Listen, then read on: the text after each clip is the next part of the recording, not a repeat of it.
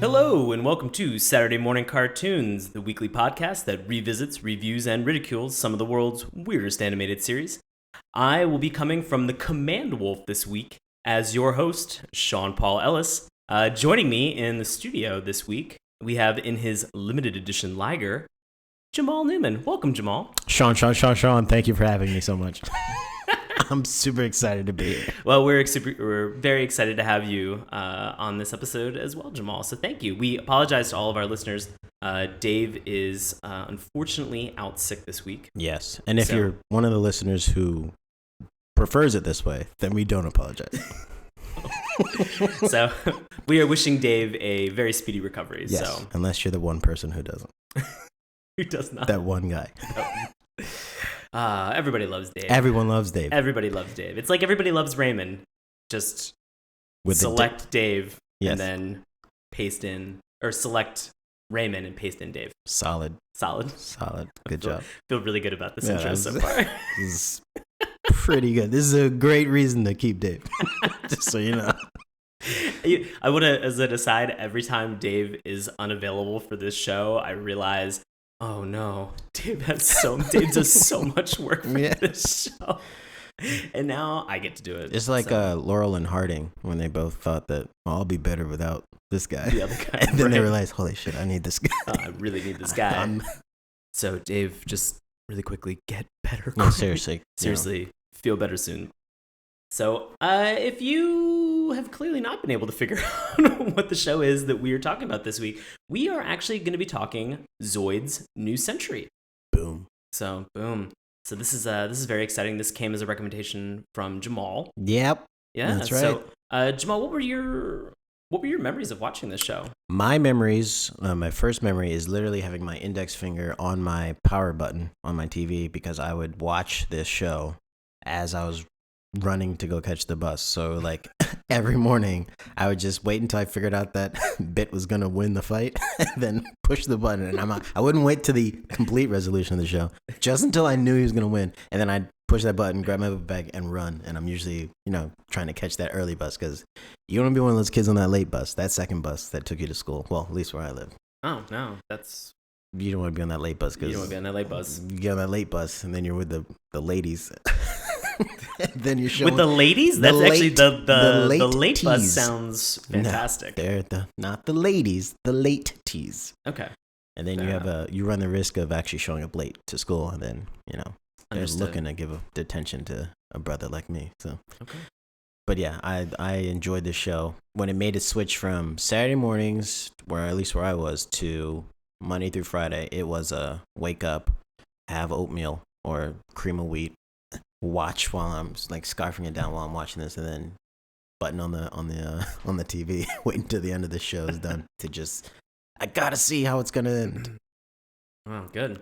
I watched this, I think, we're gonna get into the history in a bit, but when it premiered in 2001, I was watching this primarily, I believe, on Toonami. Mm-hmm. And so I had very fond memories of this show, and sort of I forget, I feel like there was another show that maybe I had watched in the 80s or the 90s.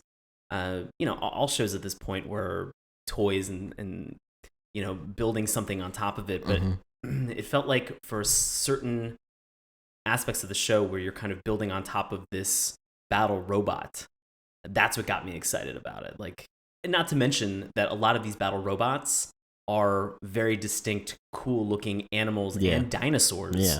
Which was, the dinosaur aspect of it was a huge selling point for me. Yeah, I'm also a bit upset looking back that I never asked for a Zoid for Christmas.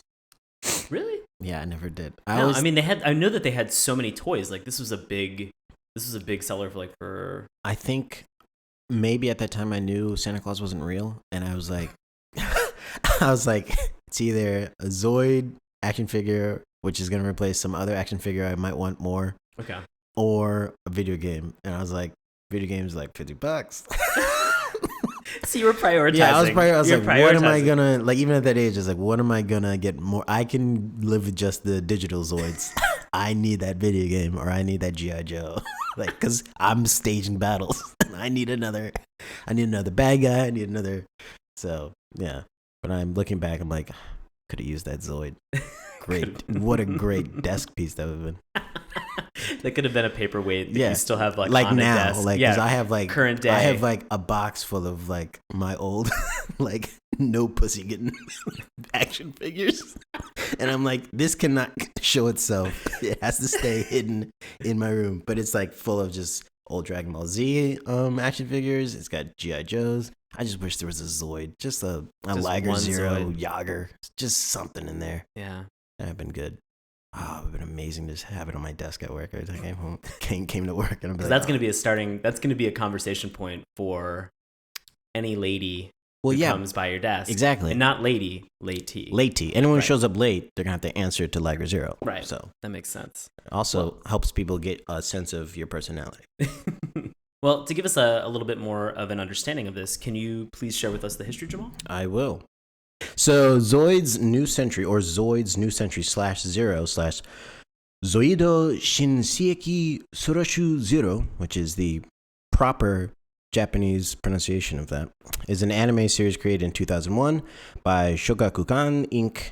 It is the second Zoid series created based on the range of mecha models produced by Tomy. That's Tomy.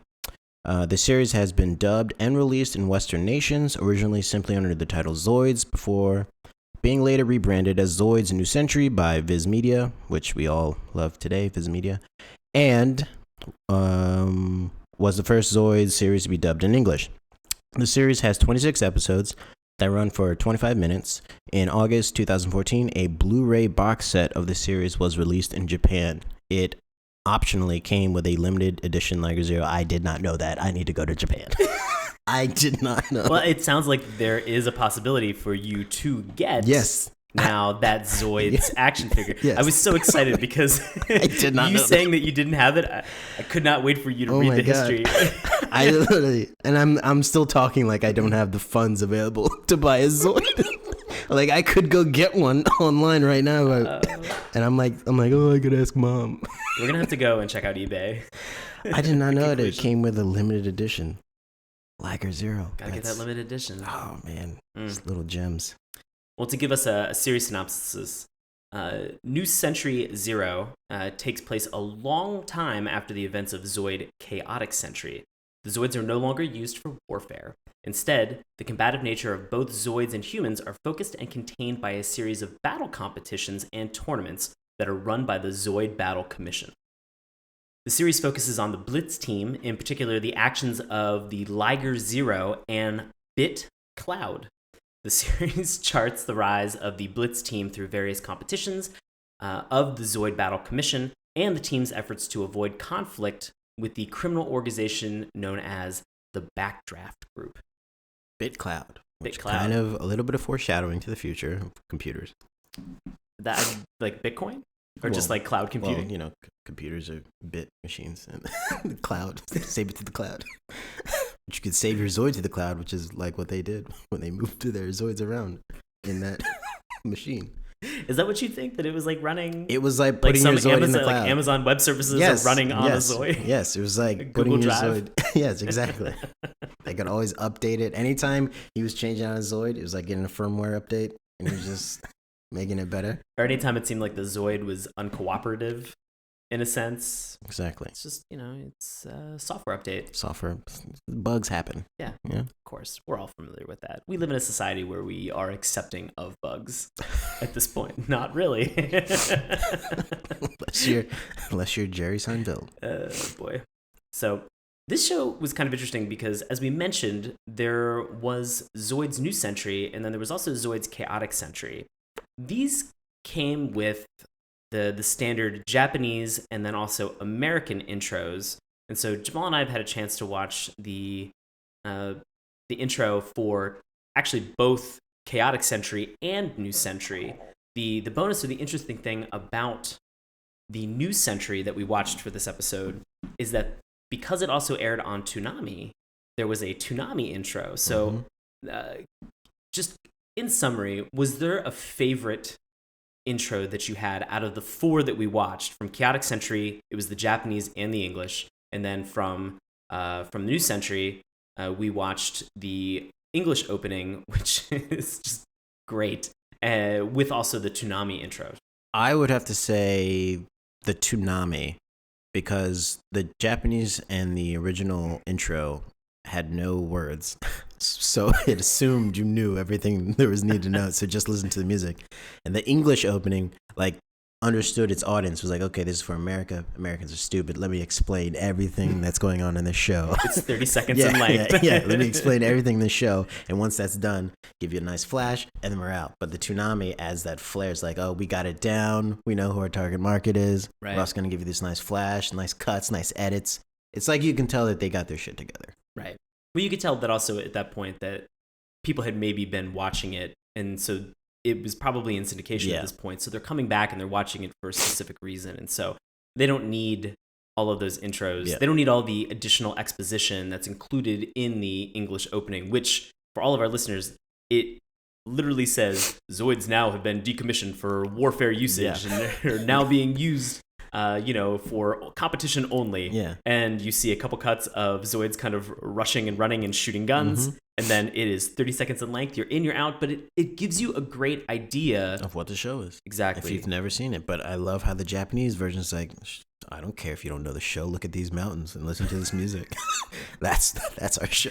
Well, the Chaotic Century intros are very interesting because, as you mentioned, the Japanese intro for Chaotic Century is a lot of desert, mm-hmm. and it's a lot of very, I want to say, longing, sort of aesthetics, where they're focusing on the look of it, and rather than like the content info that you can pull out of it. And you kind of get the idea that maybe from Chaotic Century, which I'm now interested to go and check out, that maybe there's a little bit more of a journey mm-hmm. that's involved. Maybe, they're not kind of all, like, it's not BitCloud getting thrown into the Blitz team and then being able to control this Zoid with little to no effort, except for its occasional stubbornness. Mm-hmm. But you're really kind of given the sense or the idea of there's a journey that's going to be involved. Yeah. There's some longing process of these people who are eventually going to coalesce as a team and fight some evil that you're not familiar with. There's also, I noticed that a lot of the cuts for the Zoids and Chaotic Century were of like showing you of like a charge up of the laser in the like T-Rex's mouth, of like they're showing you like what these Zoids can do, rather than like you see, like you can see in the American one, just Zoids you'll never see again. Like right. They're like fodder Zoids, and they made the intro cut. Right. They have no story. It's like JV Zoid Squad. Exactly. And they're getting like primetime. Exactly. Focus. They're getting primetime focus, and it's like, why? The Japanese version, they're like showing off, like showcasing the Zoids and the characters, specifically the ones that like they're showing you side by side who's with what Zoid, whereas in the American one is like a little bit of a hodgepodge of like, we'll just throw it all in there. We're giving you the exposition. What more do you want? Now, to contrast what you get from the Japanese intro, from the Chaotic Century Japanese intro to the Chaotic Century American intro, it is just one long solo guitar lick. Yeah. Yes. That is, I want to say, 95% incredible, and then 5% the fodder Zoids that you're like, I don't care about you. I don't know like, what you're doing here for. But the guitar lick is like, they were like, all right, we've got $5,000 left in budget. Who's got a friend who can play guitar? Yeah, I think Richie. Yeah, Richie got a guitar, right? Yeah, Richie you were got talking a about guitar that for Christmas, right? For the White Elephant. You got a guitar, right? Yeah, that's right. Yeah, okay, well, come in. Oh, I'm not very good. No, it's good enough. Come on, bring it in. Bring it in. You're gonna be fine. Do you need me to sing? We don't want singing. Don't sing, Richie. Just play the guitar. Thank you. But it's very aggressive. It's in your space. When we did X-Men the animated series, the Japanese intro that they have was sort of actually very similar, where it is very intense, aggressive guitar solo where characters are like smash cut in left and right. Really? And you're left thinking like, holy crap, this feels like the intro to a totally different show that I never watched in the 90s on Fox. So it was very interesting to see that in a Zoid setting. So always kind of fun and interesting to check out.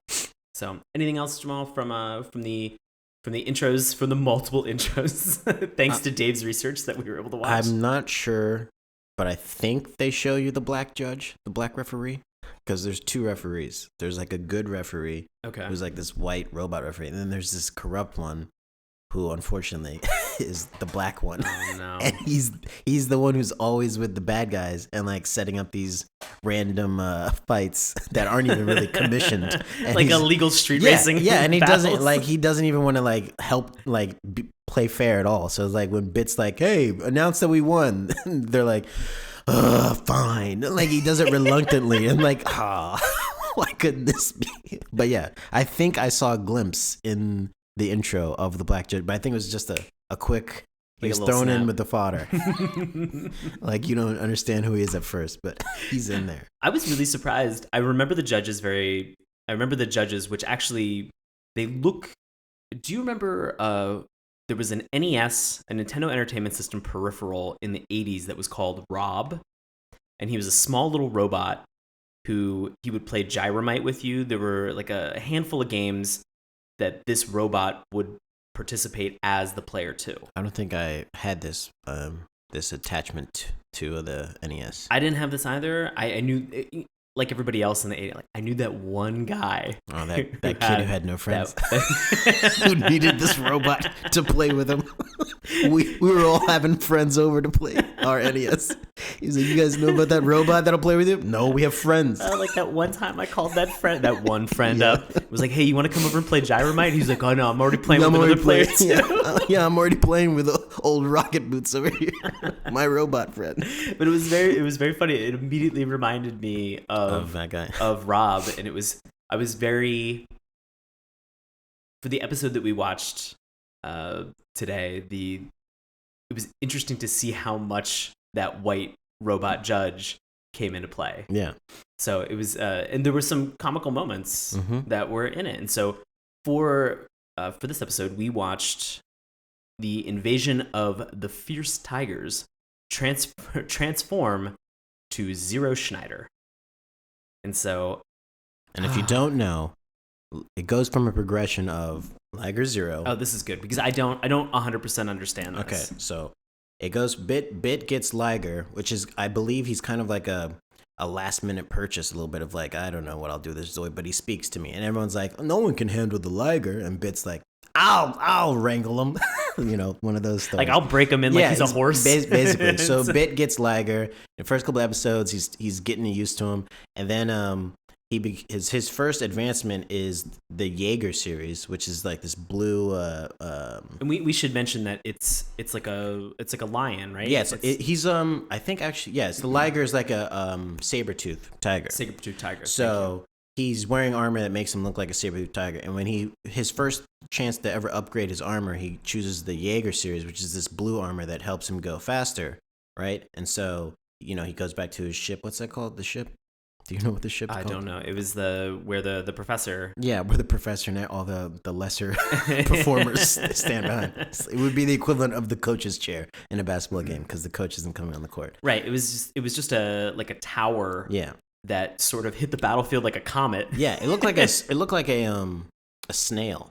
Like their ship that moved them around. Yeah. It looked like a gigantic like snail. Sort of like Ninja Turtles, like the Technodrome. Yes. Yeah. Yes. It's a little bit like that. So that's where you change out your armor. So the first time he does that, he changes into Jaeger. Now this episode, he's changing into Schneider, which is a new upgrade that allows him to like slice through people at way better speed than he was originally. So if you think about a saber-toothed tiger as a robot, I know it's a stretch. So saber-toothed robot tiger. He has these blades that come from the left and the right front shoulders. Yes. And so the idea is that it's good for melee combat. He gets in really close and he just cuts that other Zoid right in half. Yeah. And it's a supplement to his Strike Laser Claw. Strike Laser Claw, okay. Which is his where his claws shine, which I guess is the laser charging, and then he strikes, and it's always that classic they both Bit and the enemy pass by each other, and then it's like that delayed slash of, of like the enemy getting destroyed but nothing happening to Bit. That's almost every episode. Is that so? How does that compare? Because we'll tease this. There's a new power that he learns towards the end of this episode. That's not the claws. It's like a unicorn horn. Oh my God, am I forgetting this? It was I may not have remembered this. It was the Buster Slash. I'm not sure if I remember that. I may have had old habits of just because switching to the next episode. Once that power button. Once I found out he was winning, I was like, next episode. But Buster Slash, it sounds very familiar. Well, we'll get into this because then this will be a big reveal for you. Good. So Good. towards the end of the episode. So this episode sort of opens on a little bit of maybe a somber note. We have a team from what is called the Fierce Tigers that are sitting around a campfire, presumably in the middle of the desert nowhere. Maybe that we saw in the Japanese intro or Chaotic Century. Yeah. Call back to that. There it is. So we have this group of these 3 Zoid pilots that are hanging out, and they are lamenting over the fact that they have been on a 10 battle losing streak, and they are, suffice it to say, morale is very low within the Fierce Tigers. And so we pick up at this point where suddenly, and this is very confusing, one of them makes a comment where he just goes, what's that weird looking clown? And there's that cut where they all kind of look in the same direction, but they never show a weird looking clown. This is one of the reasons I wanted to watch this episode, because I was like, what is happening? This episode is like their first attempt at like trying to make it funny, like trying to make it really funny and have these weird like editorial like jokes that are in it. So because this was, as we mentioned, there's one season. This was, I believe, the 8th episode in that single season. So am I correct in saying that 1 through 7 have been like a more serious tone? Yeah, it's been more like them trying to establish Bit and the team as like legitimate contenders for these fights. Okay. And then this one, the reason why I like this one as well is because it knocks BitCloud's ego down a bit, because he gets his comeuppance because he's been too overzealous in a fight. So, and then he redeems himself, obviously. Clearly, I mean, you're given the sense very early on that BitCloud is the young, overzealous hot shot. Exactly, hot shot. Hot shot is the perfect word to use for him. He's too confident to the point where he's a little bit cocky, and he wants to continue to cycle through and improve these skills. But the interesting thing for me that you come to realize is that it seems like Liger is sort of sentient at times. Yeah, because he can talk to Liger, right? Which is probably one of the reasons why he could break him, so to speak. Because you have to have a connection with your Zoid, apparently. Right. It was very Harry Potter choosing a wand. Like it has to speak to you in order for you to utilize it. Yes, and all Liger's responses are and apparently that's the entire range of whatever. Bit's like, oh, I know Liger. We can get him around the corner. Oh, come on. That's every response he gets from Liger, no matter what it is. A win. Hey, Liger, we did it. I know we could do it, buddy. But also Bit with Liger, I think they both, maybe why they speak to each other is because Liger and Bit would rather be on the battlefield learning as you're doing rather than in some training simulation. Like, because even his own teammates are kind of like, come on, man, you're too cocky, and then every time he's like, I'll show you, and then he does show him, and then this time he loses, which I was like, good, you didn't show him, so now you and Liger are gonna learn, right, Liger? So, as I mentioned, we have this weird, as you mentioned about the whole idea of this being one of the first episodes that really sort of involves humor in the narrative. We are given this weird-looking clown where all of these Fierce Tiger teammates look in one direction where nobody is available. Nobody is. There's a flash of lightning, and they see...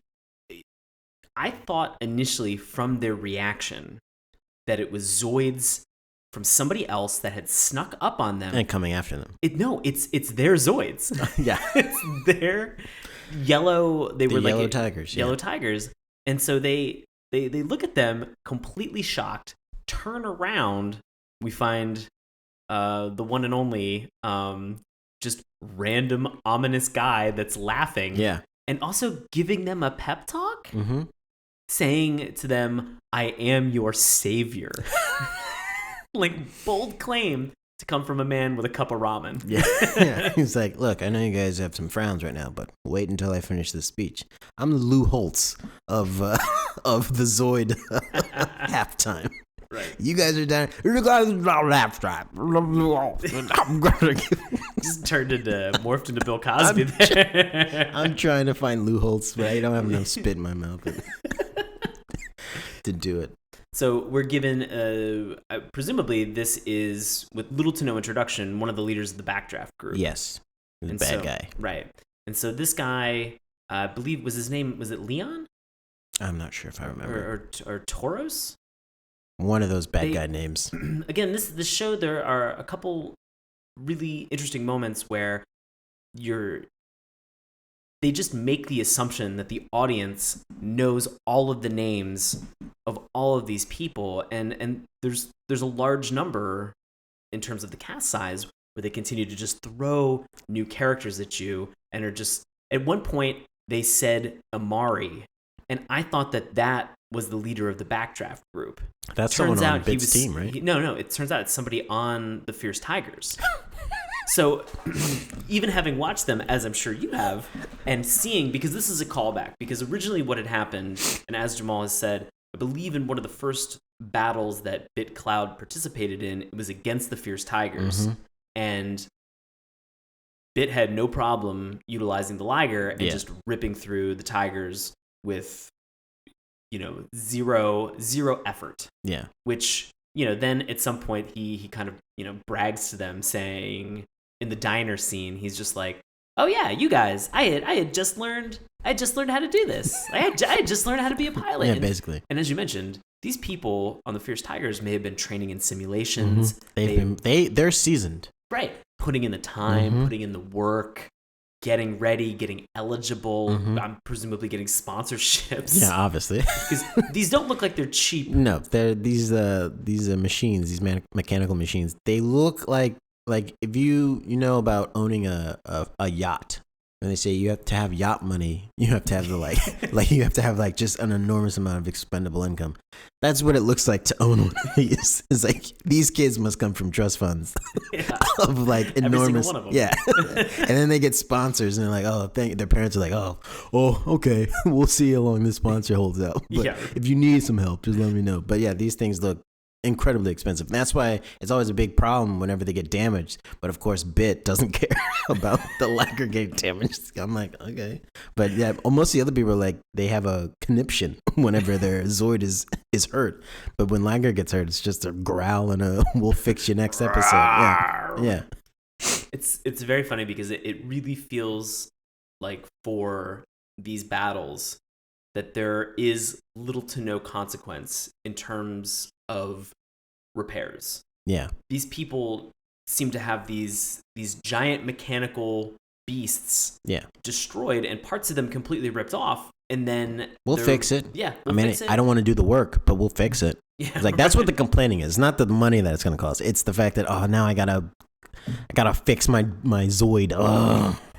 They're not worried about when you get, for us, I know that we can't understand what it's like to own a giant saber-tooth tiger. I don't think I'll ever get there. Yeah, I don't think I'll ever Even if I won the Powerball. I don't even think I'll ever have yacht money, But for our car, like for cars, you bring your car in, and sometimes it's not the part that's expensive, it's the labor that's so expensive. It seems that Bit's concern is zero for either.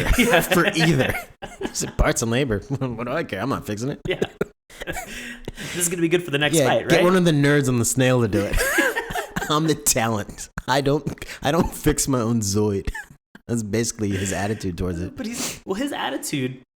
So we jump to this point where the leader of the Backdraft group has said, "I am your savior," and he's taking in the Fierce Tigers in order to combat against the Blitz team.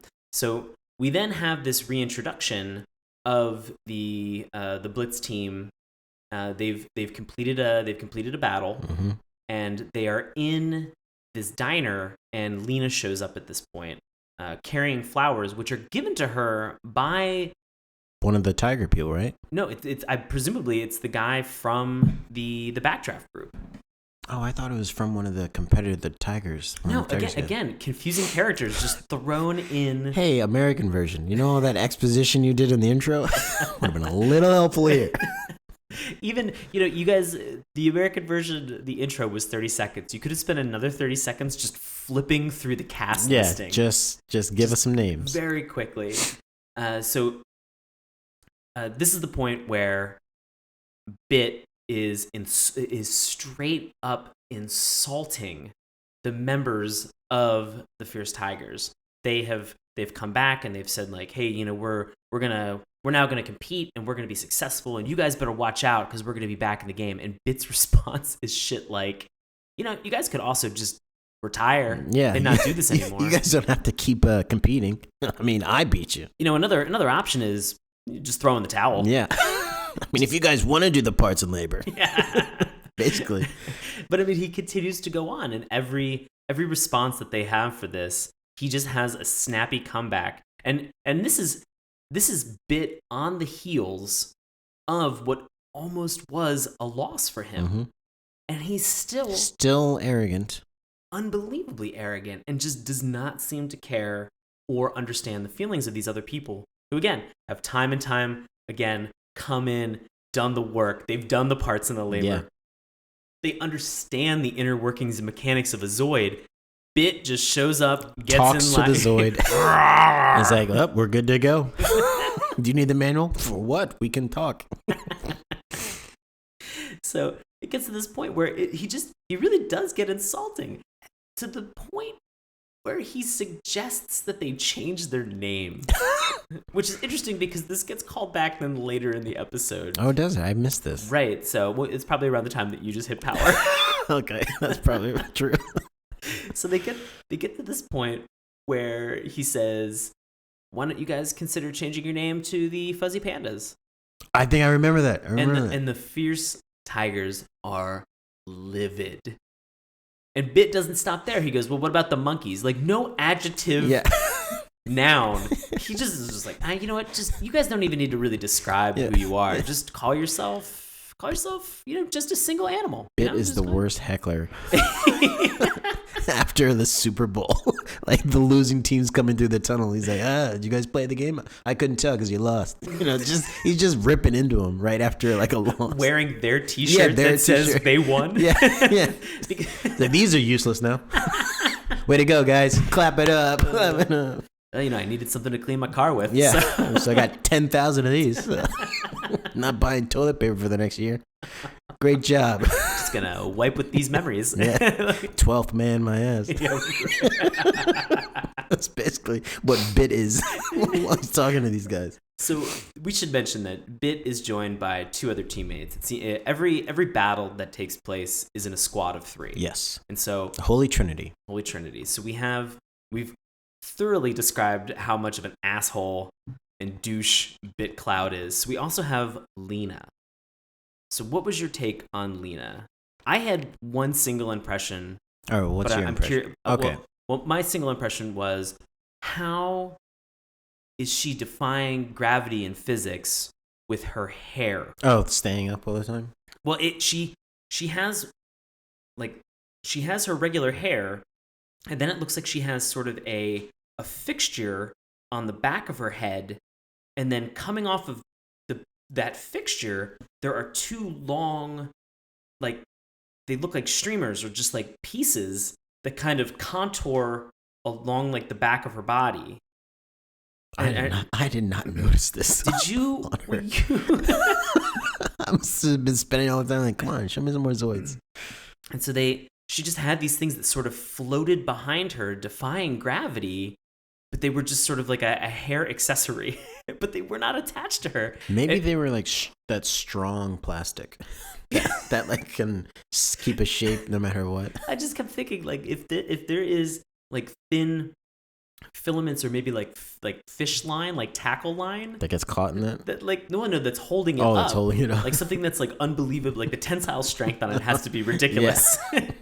Just to keep this fixture in place on the back of her head, and then these 2 long pieces that just kind of hang as an accessory. and when she moves and when she's sitting, it's still there. It's always on her, and I had no idea what that was. And obviously, it's something that it's a very stylized impression of a fashion choice in the future, and they never explain it. They never talk about it. Of course not. But looking at Lena, that's the first thing I wanted to know. Maybe they were letting the audience know this is what your action figure is going to look like. Oh, These are the same action that's happening in the back of her head is exactly what you're gonna get in her plastic mold of her action figure. I didn't even think of that. Maybe it was an art choice of like, well, if we have to make her an action figure, we can't have these tassels that are gonna move. We need something sturdy that can be molded in plastic.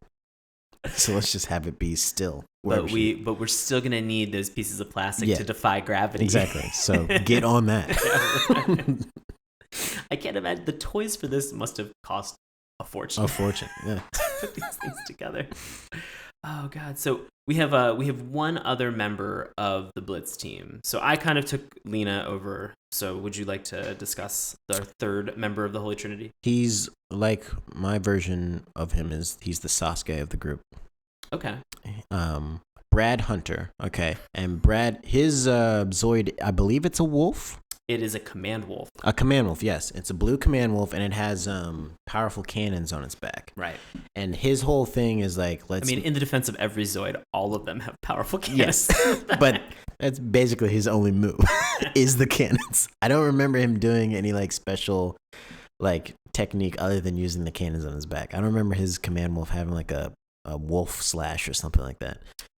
Yeah, I don't think he had any. I'm not sure that he had any specific special move. Yeah, but he's laid back, but he's also not. He doesn't like Bits, ego and stuff. He's always trying to like knock him down a peg a little bit, and like say like earn your stripes in this team. Don't think that you're. And that was conflicting because at one point, and I had to do a little bit of reading about Brad Hunter. He's actually a mercenary. Yes, and they reference that in other episodes because they're like still hanging out with that team. What kind of mercenary hangs around with the team for this long? Right. So it's interesting that a mercenary, somebody who's just a hired gun, is taking part in a team-based type environment. Yeah, not only taking place in a team-based environment, but he's criticizing another member of the team for his behavior, for his continual hotshot, his continual hot-headedness. It's like, you're a merc. Yeah, shut up. you're a mercenary who came onto this team, and actually, and I should say this. It is Professor Toros, who is it's Steve Toros, who is the guy who, as we've mentioned, is inside the snail. Okay. And so just to kind of give everybody Professor Toros. Yeah, to kind of give everybody like a little bit of a better idea. There are just a lot of characters that come into this. Who's the boy who's on the computer? His name is Jamie. Okay. Right. That's it's surprising. As bland as his contributions to the show, his name matches. Well, we've talked about the three members, and now we have Toros, and Jamie really only serves to add reactionary comments basically, to things. Yeah. Or to let people know that something bad is about to happen to them. And he's always ready for IT support. Right. He's about as good as a fire alarm. Yeah. You're like, I know there's a fire. I'm looking at it. No, just wanted you to know. Just want to make sure. Just make sure. Just wanted to make sure that you had the heads up that all of this is happening. Yes, all this is going. The fire alarm in my room is going off because there's a fire in here. Thank you. But yeah, so Jamie is the other character that we have. So as we mentioned, we have the three members of the actual Blitz team, and then we have Toros and Jamie acting in a support capacity, doing all the parts and labor. Basically, yes. Making sure that these Zoids are in top condition every time that they go out to battle. So after the scene that we have in the diner, the Fierce Tigers kind of make this declaration that can be summed up in one phrase, which is, "You'll see." Yeah. It's the equivalent of like meeting like your hero in like a field that you do. Like if you're a comic, you meet another comic and you're like, "Hey man, I'm a comic, I want to be like you." And he's like, "Yeah, right." And then he leaves and you go, "I'm going to prove you wrong. I'm going to be more famous than all of you." Like that's basically the energy that they give off. Right. Like, I'm going to show you one day. Right. and he just he really gets pretty passionate about it, and so you can see that the Tigers now, with this support that's behind them from presumably this villain named Leon. Yeah, Donald Trump. The Donald Trump of this world. The Donald Trump of this show. So they are off to a good start in terms of finance and the support that they need. Now, what happens is a series of events that was a little bit confusing to me, because now we have the Fierce Tigers back in the arena, back doing their, engaging in these battles, trying to get back to the point where they are number one again. And it seems every step of the way, I want to say, it seems deceitful. And I wonder, really, for the Zoids Battle Commission, who's paying attention, who's watching these fights. But I thought this was one of the episodes where the black referee comes into play. I did not see the black referee in this episode. So I think the black referee comes into play in this episode for the first time, where it's like an unofficial, like corrupted by that Donald Trump character fight. Okay. And that's why they've been able to boost their ratings back up. Well, we should say that they're boosting their ratings through what means? Through the means of the black judge? Is that what you're talking about? Well, no, because there is the Donald Trump of this world. Yeah, so, yes. So DT is helping them. He is in a flying sort of spaceship. Yes. That is controlling the weather. Yes, and he's controlling like the tornadoes and whatnot. Right, and the lightning. So the lightning. The first battle that you see back is the Fierce Tigers, and obviously they're tigers, and they're fighting three other Zoids that look like pterodactyls or pteranodons that are flying through the sky. And just in the moment where it looks like the Tigers are completely screwed and that they're going to lose this match, suddenly all of these pterodactyl Zoids get struck by lightning and open themselves up and make their Zoids vulnerable to the attack from the Fierce Tigers. See, what's happening here is I watched a lot of these episodes, and he shows up in another episode using tornadoes. Well, he uses tornadoes again in this one. In this one as well. So he's this guy in the shadows controlling the weather. Right. So we have him using these weather powers, but it seems as if nobody who's involved in these matches, and they go on to win something like 10 to 14 matches through the use of weather powers alone.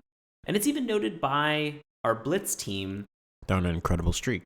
Well, not only are they on an incredible streak, but there's at one point where they look out a window while one of the matches is going on and make note of the weather. Wasn't it sunny? Just a second ago? Like just a couple seconds ago. Wasn't it bright and sunny, and there was no problems, and now suddenly this storm just like rolled in. And Dr. Toros, if you would, explain this to the dummies who are only in the Zoids. What's happening? What's your take on this? Dr. Michikaku, please explain to us. But it becomes something where the Fierce Tigers have this dependency on these weather powers, and it's not until finally, obviously they're on this hot streak.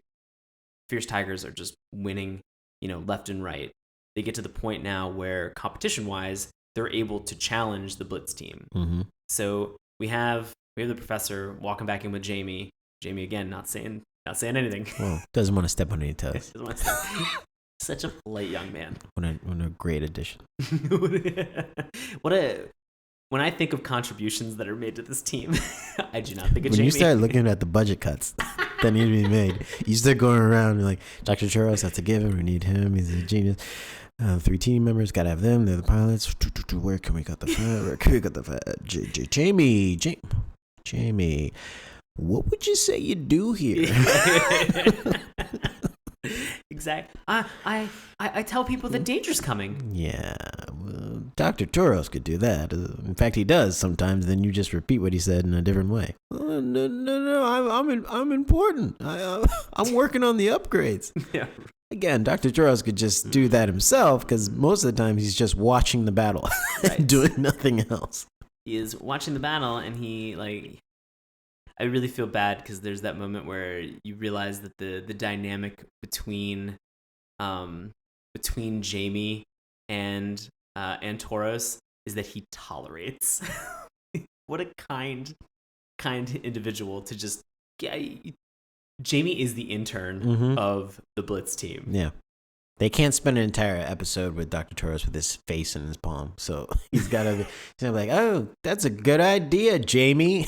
Right. Good thing you came up with that after I gave you a lot of the leeway into that.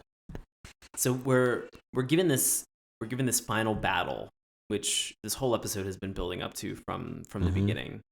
So do you remember, and maybe this was, the moment that you hit that power button, Jamal. I hope not. I hope not too.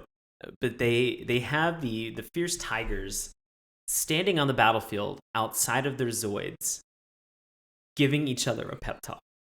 I think I remember this. And this is the point where Amari of the fierce tigers says, "Hey guys, are we fuzzy pandas?" I remember this. And they all just go, "No!" They're like, "Are we monkeys?"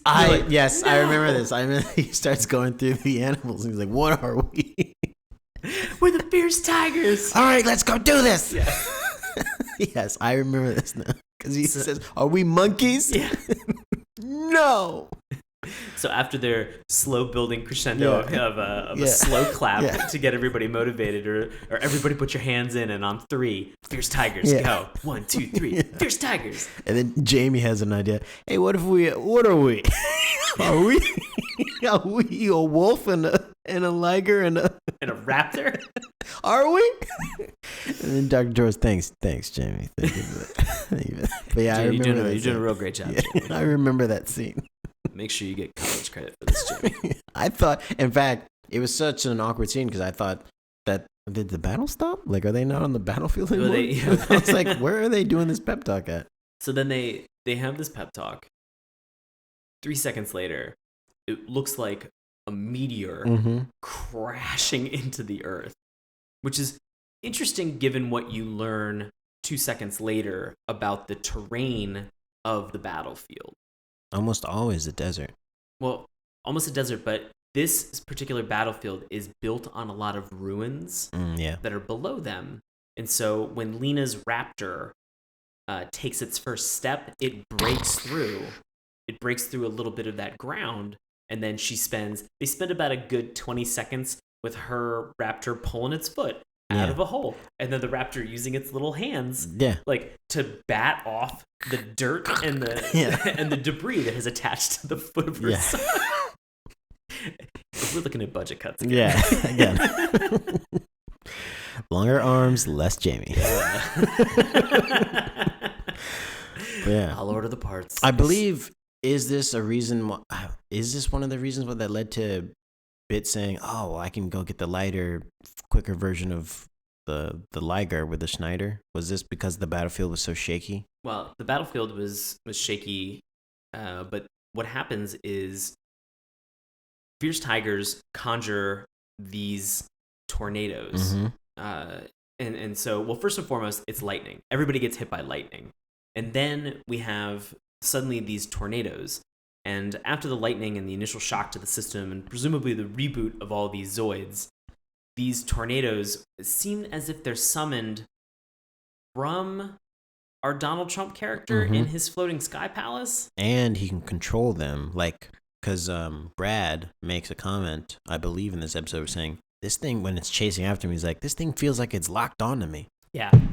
And so, so we have them being chased by these tornadoes, cyclones. And at one point, the cyclones combine, because again, we mentioned about this unstable ground. And so they use that to their advantage. And they're running through these parts of the terrain, and 2 of the 3 Fierce Tiger members are in hot pursuit of the rest of the Blitz team, and they fall down into this debris. They fall down into the rubble, and are presumably they're bounced. They're bounced out. They're done with this. So we've got 1 tiger that's left. I believe it's Amari, right? I think it was Amari. And so I mean, you can't give that speech and then be right. and then be the guy who's knocked out. Oh shit. So we have Amari, and he's getting ready for all of this. And in this instance, it seems like there's a second where he's almost down and out, where he's not going to be able to continue. He's taken a little bit of damage, I think, from Brad. And in this moment, this is when our Donald Trump character hits a button and combines all three cyclones into one massive cyclone or tornado. Mm-hmm. Regardless of what it is, the weather effects are crazy. Yeah. And this is where it locks on to Brad. This is also where... Didn't it get Lena? I think it kind of knocked Lena out of the game. And so this is the moment and the point where BitCloud has his hero moment. Mm-hmm. He has his typical hero moment. And so this is where he jumps back into the snail. And this is when you find out what Jamie and the professor have been doing off to the side, because you don't know about the Schneider series at all until he's like, hey, I got just the thing for this. And you're like, well, how are you going to get around the tornado with Jaeger?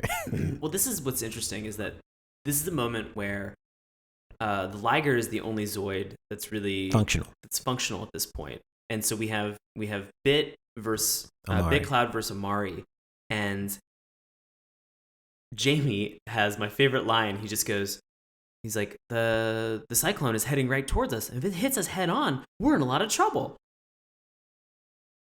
The professor says nothing. He has just a sly smile that is just sort of like a knowing smile, where Bit jumps back into the snail, gets this new armor, and is then ready to destroy a tornado. Yeah. Is ready to destroy this tornado. And as we mentioned, he's a melee fighting. Yeah, he's got to be up close in your face. So he has to get close. He has to go into the eye of the storm. And so this is a point which was very confusing for me, coming back and watching this show again, because Bit seemed confused by one of the Liger's display prompts that then prominently displays Buster Slash. And Bit goes, huh? Buster Slash? And then it's just like, yep, Buster Slash. Let's do this. Yeah.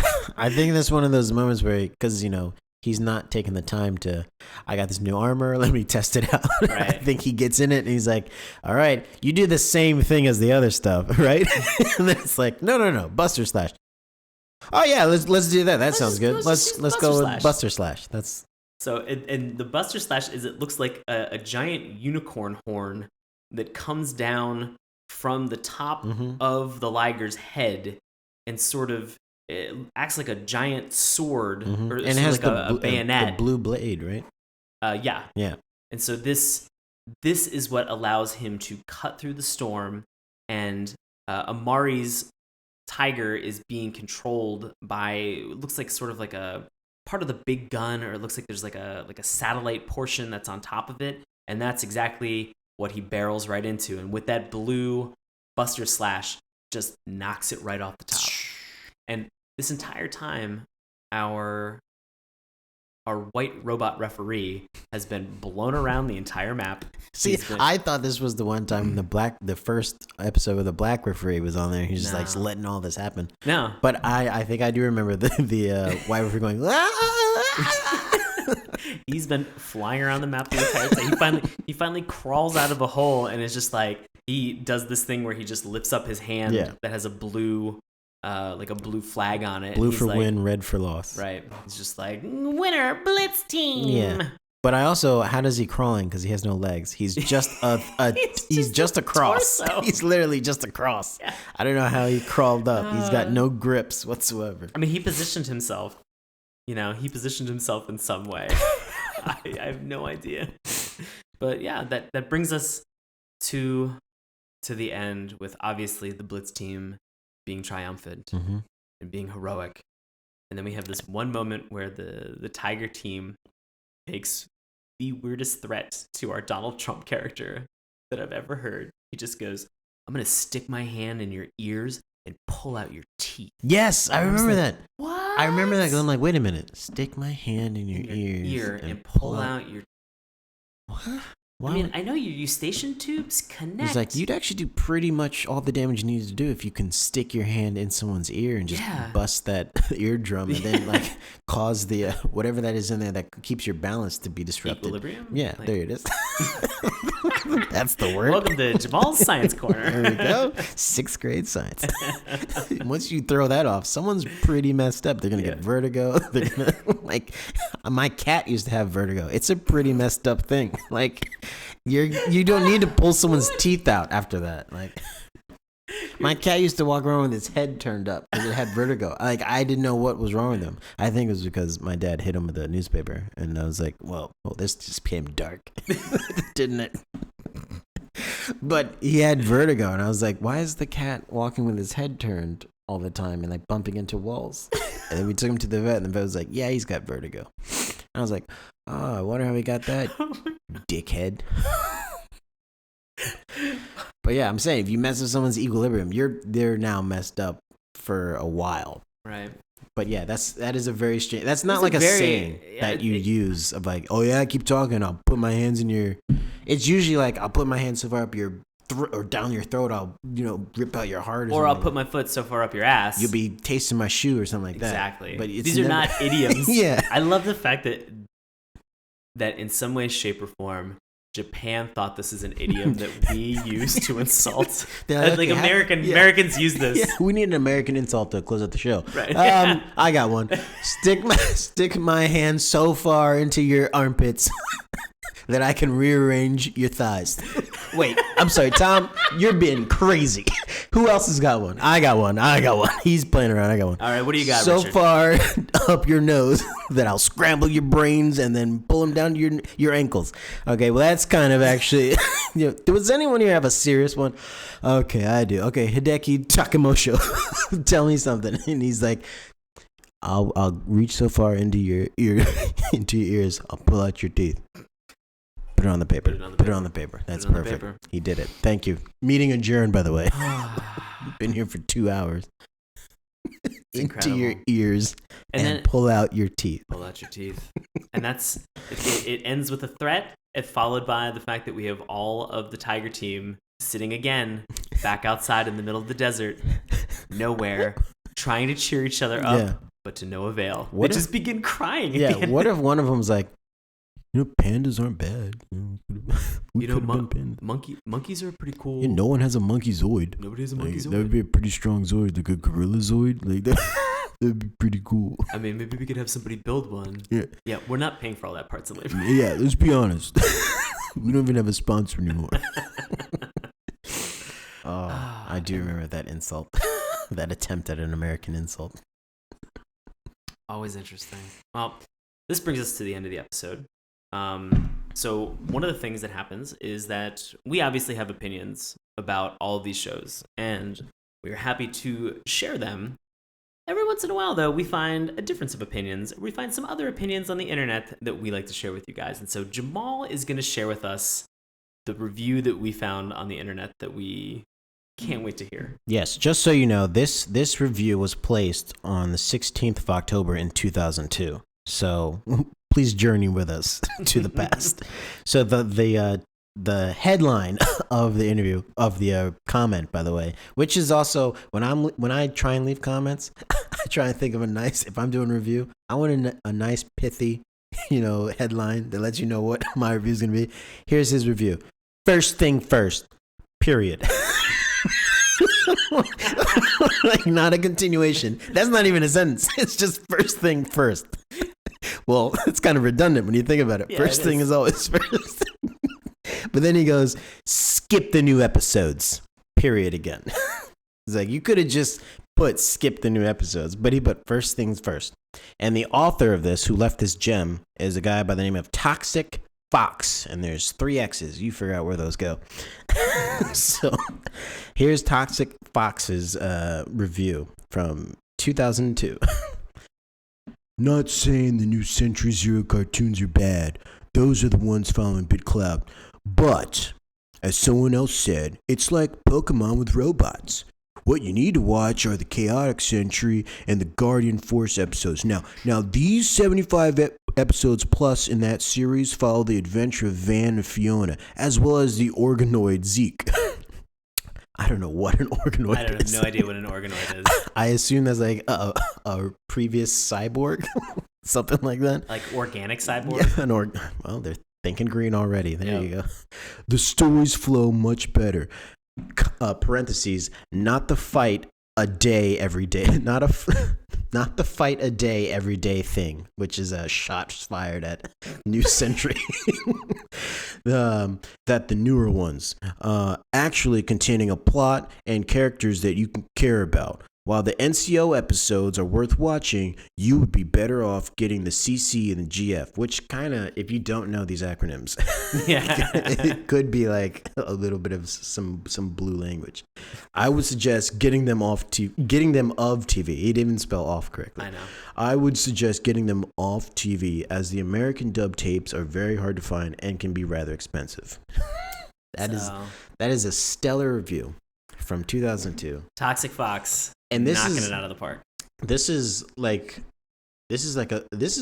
long review. So this is like back, 2002. The internet has been around for 7 years at this point. Well, you have to realize, regardless of what era or period of time, people love to complain on the internet. This is like people, like, even back then, this was like the heyday of someone complaining. I mean, there was the Wild West when you would make a complaint on the internet. Like, you could just say anything. Nowadays, like, news channels and stuff are like making you sign in and like have an account so they can track who's doing. But back then, it was like, say whatever you want. It's the Wild West. No one can say anything. You can just trash something as bad as you want. This is actually kind of mild. It is. As far as like a review would go. So it definitely is. And for someone who's not liking like the show and prefers the other two series, but yeah. So I have to come to the question now, Jamal. From the multiple episodes beyond just the episode we watched for this evening, can you recommend Zoids New Century? I absolutely can. Okay. All right. I enjoy the fight a day thing. Okay. No, a lot of that stuff is great. But I'm recommending it because I'd say that, like most of the cartoons of that day, you start off learning the cartoon, and once it gets its feet under itself, you get to see just the progression of the Liger. To me, is what you're staying for. That's the buy-in power, the replayability factors. That I'm coming back to the next episode to see if he's got new armor. That's really what I'm here for. Looking for those parts and labor, those upgrades. So by the time he gets to the finale, I want to see all of his best armor on display. Like, I don't want to see any like level 1 stuff. I want to see the best. Episode 26 better have Liger Zero Strata or whatever it's called. Like, that's what I want to see. But that's why I would recommend it, because it's cool. It's robots. It's like you remember Power Rangers had their robots that what were they called? They were called Megazoids. Megazoids, right? This is like the original. Again, yeah. Just like the original. The OG Zoids. The OG Zoids. So man, it'd be pretty cool if you could combine the original Zoids into one gigantic Megazoid. Because they had the Dragon Zoid as well. That was always my favorite for the Green Ranger. Yeah. Because you could summon it with like a flute.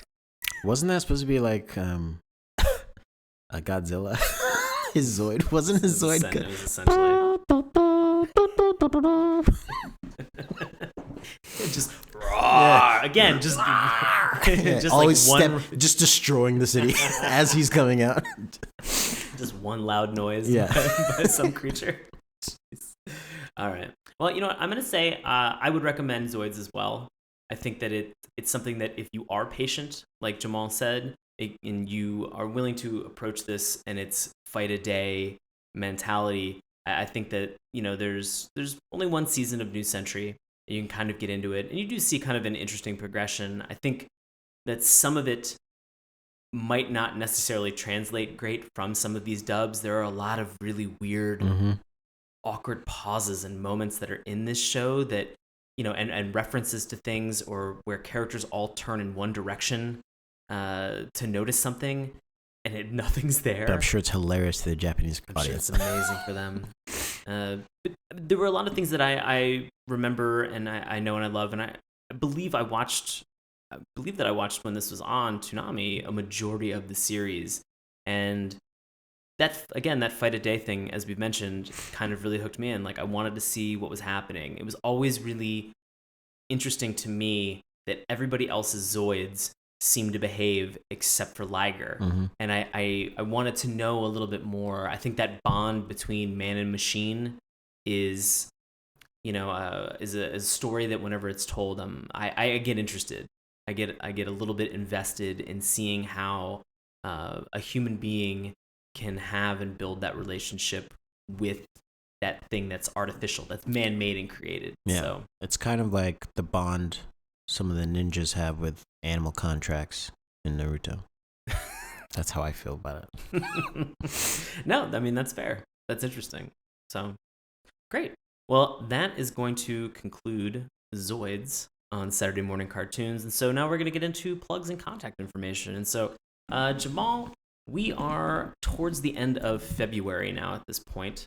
Anything that you have going on? Well, you can see me and Sean in a possibly once only appearance at Washington Improv Theater's Fighting Improvisational Smackdown Tournament, or FIST if you're nasty.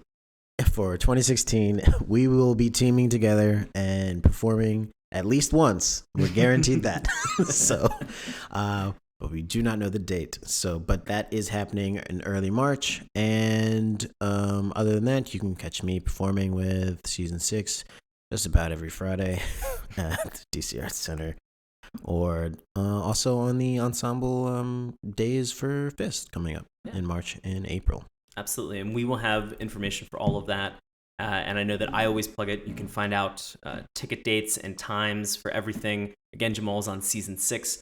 All that information is available on witdc.org. And you can also follow me on social media. Get the Jamal Newman on Facebook. Good luck surfing through all those names. Or on Twitter. You mean there's more than one? Yeah, can you believe it? There's not one for my sister. There's one. There's one. And she's not even on Facebook anymore. Okay. But on Instagram and Twitter, it's Hello Newman, and the O is a 0. Great. You can, as always, find me on Instagram and Twitter at Sean Paul Ellis. I will be performing I've just returned from the San Diego Improv Festival. So if you came out to join me, thank you very much for hanging out and sharing your Valentine's Day weekend with me on the West Coast.